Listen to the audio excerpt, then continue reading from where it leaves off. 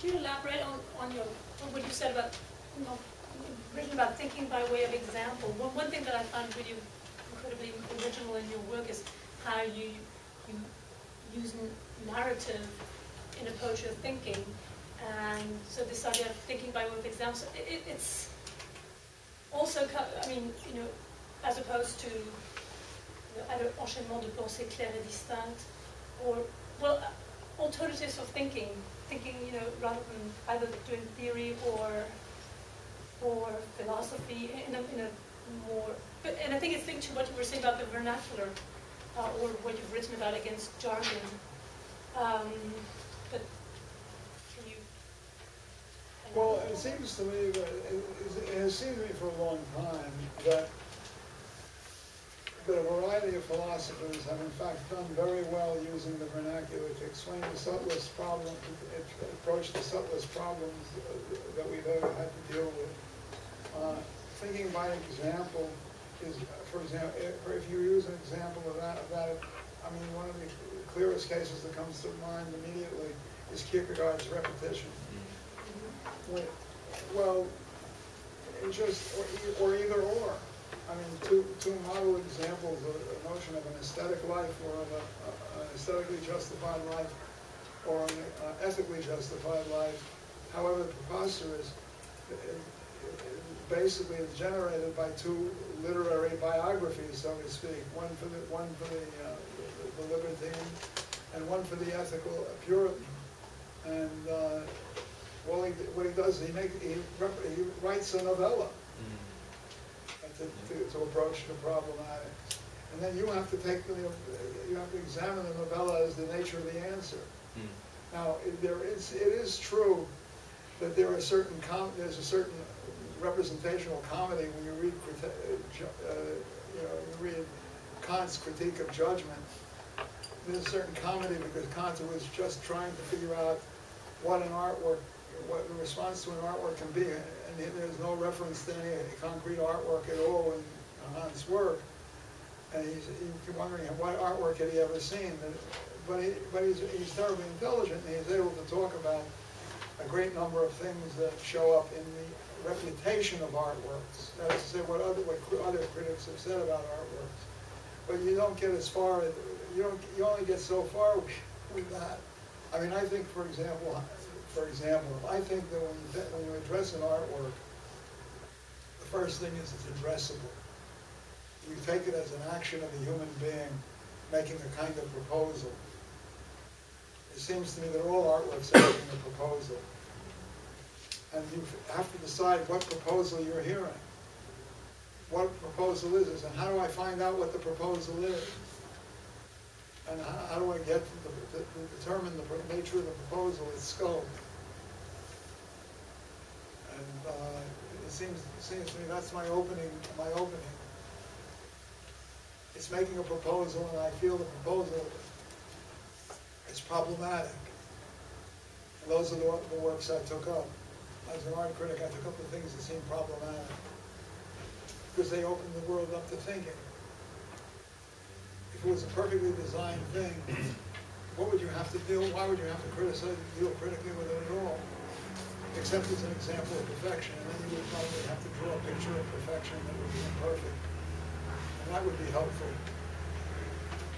The notion of the crystal in artwork is a little bit like a sugar cube. Or either as a sugar cube or it's a little bit like a transistor. And with the defective crystal structures in which there are what are called electron holes. Well, in any case, it seems to me that you start trying to find out what the artwork is doing addressing you. If it refuses to address you, as some artworks do, then it's interesting to figure out why is this artwork refusing to address me? It's taking up public space. What's it doing here? If you think of Richard Serra's Tilted Arc, nobody wanted that arc there who worked there. Nobody wanted it there, and Richard Serra was an intrusion. It was a meaningful intrusion into the space. It was badly designed from a social point of view, but its provocational aspects were interesting, although they were typical of Richard. Richard would always do something that was provocational, at least until his more classical labyrinths or scroll-like things, which are intended to be monumental and sublime. And they are monumental, and I'm not strong on the sublime, so I'm not sure whether I think of them or not. But they're certainly impressive. But always he was a provocateur, and the work itself would impress you with its image of the dangerous and the precarious, like those prop pieces, which they were first shown in the Pasadena Museum when it was a very strange moment, and they were string pieces telling you to stay away from them because two pieces of lead, well balanced, could be unbalanced by an earth tremor, like the mousetrap. And I saw a little 2-year-old start walking toward them. With the suddenness of a football player, the director of the museum tackled the little girl just before she got close enough and carried her out of the way. So you could tell that the work addressed you in its dangerousness. But I think you look for a notion of address. And almost all artworks propose something. I think that what caused the discomfort in minimalism was that a lot of people had trouble seeing the nature of the address. And whereas the nature of the address was, can I still make something meaningful that is not symmetrical, that is not asymmetrically elegant? Can I make something blunt and relational to you rather than presenting you an exhibition of itself? And the bluntness of the work, which I took up in an early piece on Bob Morris, that is unfortunately not in the book. I could only put in one Bob Morris piece. I put in the later one. And those sort of primary structures, those sort of lozenges, those sort of wedge-shaped pieces or cylindrical pieces, they were sort of deadpans. They were deadpan and seemed not to present any argument at all, but actually there was an argument about the deadpan. And if people didn't see it, they didn't understand it, and they complained that the work itself was meaningless. It wasn't meaningless, it's just that they didn't like the meaning it projected, which was probably reasonable not to like it, but if you didn't like it, you still could understand, you could still kind of go along with it to see what it was proposing. Don Judd and Saul DeWitt, and they were proposing in order to take out of unpromising circumstances to make the transformations of meaningful art out of what look like unpromising places, like industrial design, which I regard as totally unpromising. It's a place of broken promises.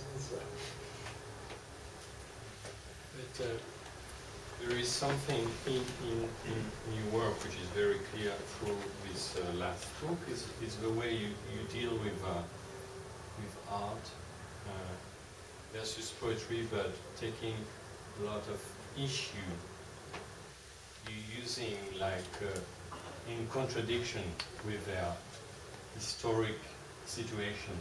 Like for instance, art as machine, art as experience, art as address. We could refer to all those things like constructivism, productivism, art as machine, Clara Boukine and stuff. We could, like, art as experience could be phenomenology. And we could say that also about structure. But you escape all of that, which is very exciting for us, because a lot of those issues, for instance, have been European. And you escape all of that, and you make your own feel in the end, which is quite strong and impressive in the end, because but it's also to say that in a lot of ways, you're not a real postmodernist, because you are a full modernist too, because you deal with all those issues, but not the way, because you are into this anti-specialist situation, which for me is the real art criticism in the tradition of Diderot or Baudelaire,